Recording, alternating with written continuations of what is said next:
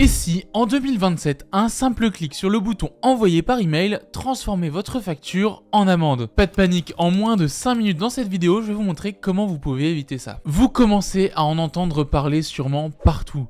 Mais c'est quoi, au juste, cette réforme de la facturation électronique? Dans les faits, la réforme de la facturation électronique, elle oblige toutes les entreprises françaises, micro-entreprises ou non, TVA ou non, à émettre des factures numériques avec des données structurées. L'objectif, vous simplifier la vie, booster votre compétitivité, mais surtout, lutter contre la fraude à la TVA qui représente plusieurs milliards. Deux dates sont absolument à graver sur votre calendrier. La première, c'est le 1er septembre 2026 et la deuxième, c'est le 1er septembre 2027. Ces deux dates correspondent à la mise en place de 3 obligations que l'on va voir dans cette vidéo. L'obligation numéro 1, c'est de recevoir des factures électroniques pour toutes les entreprises françaises dès le 1er septembre 2026. Vous pouvez donc oublier le scan, les PDF, les factures papier, vous devez réceptionner vos factures de manière électronique. Une vraie facture électronique, c'est un PDF, mais aussi un fichier XML inséré à l'intérieur de ce PDF. Alors c'est un peu du jargon technique, mais en gros le format de facture électronique le plus courant que vous verrez sûrement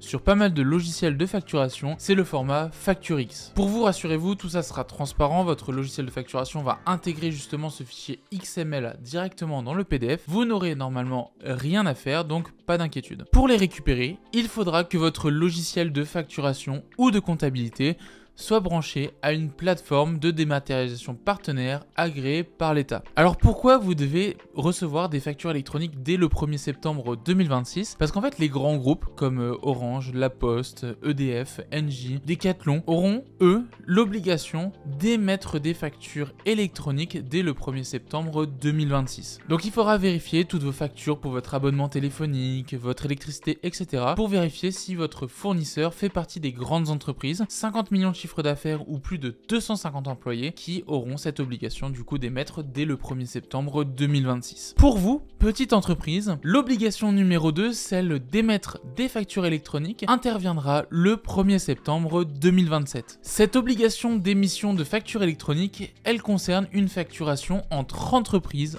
en France. Si vous facturez des particuliers ou même si vous facturez des entreprises à l'étranger, vous n'êtes pas obligé de facturer de manière électronique. Mais attention, la troisième obligation, vous serez concerné même si vous facturez des particuliers. Concrètement, comment ça va se passer cette émission de facture électronique? Votre logiciel de facturation, qui est compatible avec la réforme, un logiciel comme Abi par exemple, enverra votre facture à une PDP, donc la plateforme de dématérialisation partenaire, qui enverra à votre client via sa PDP, ça peut être exactement la même, par exemple vous pouvez facturer quelqu'un sur Abi depuis Abi, peu importe. Entre temps, le fisc aura reçu une copie électronique de votre facture pour savoir ce que vous avez facturé. Et voilà, tout ça se passera en back-office. Vous aurez fait juste une édition de facture comme vous le faisiez avant. Si vous êtes du coup dans le cas de la facture à des particuliers ou à des entreprises à l'étranger, vous pouvez toujours envoyer votre facture par email. Pour l'instant, ça ne bouge pas. Avant de passer à la troisième obligation, n'oubliez pas de vous abonner à la chaîne d'Abi pour avoir des tutos sur la facturation et la comptabilité et d'activer la cloche pour recevoir toutes nos notifications. Et l'obligation numéro 3, je vous l'ai déjà un petit peu introduit. Elle concerne tous ceux qui font de la vente à des particuliers ou à des entreprises à l'étranger, c'est le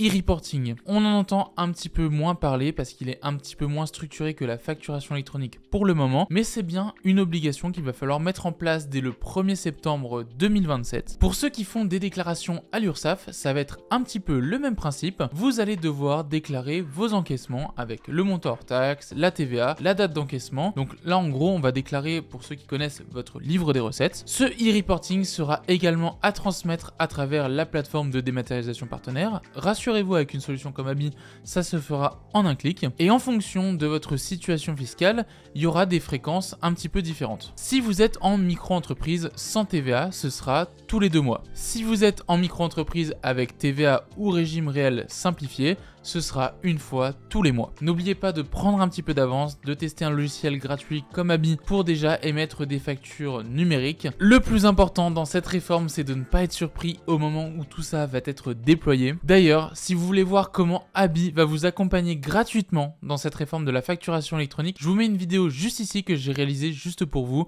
Je vous attends là-haut.